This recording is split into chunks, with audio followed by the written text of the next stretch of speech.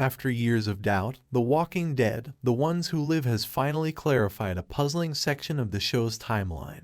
The Walking Dead included a number of time jumps across its 11 seasons, which confused viewers about its chronology. Even though it was somewhat easy to follow, there were certain things that were unclear and difficult to understand. The premiere episode of The Walking Dead offers a strong hint as to when in the series' timeline the spin-off will take place, according to The Ones Who Live. The events leading up to Rick's disappearance from The Walking Dead were detailed in Episode 1, along with the dates of each occurrence, commencing with one of Rick's escape attempts that takes place 5 years following the bridge disaster. Years is the first episode. In comparison to the protagonist's Season 9 departure, this makes it clearer when the incident occurs. The show keeps mentioning how much time has gone as the program goes on, bringing up the Omaha incident from World Beyond and Rick's years of training.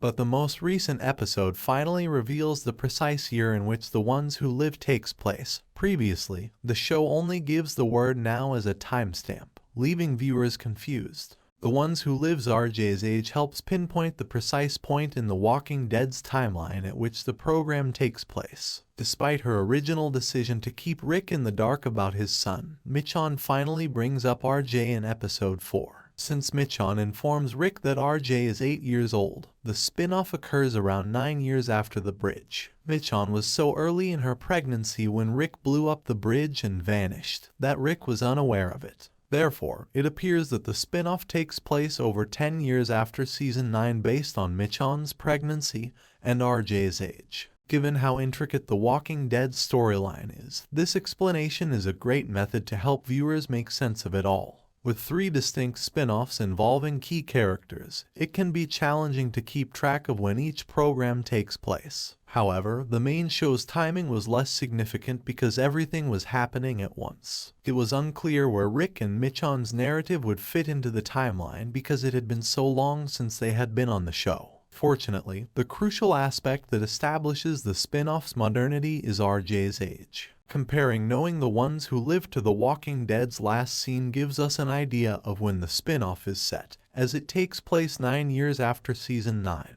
Though the exact chronology of The Walking Dead finale is unknown, it appears to conclude approximately 12 years after the pandemic started in 2010.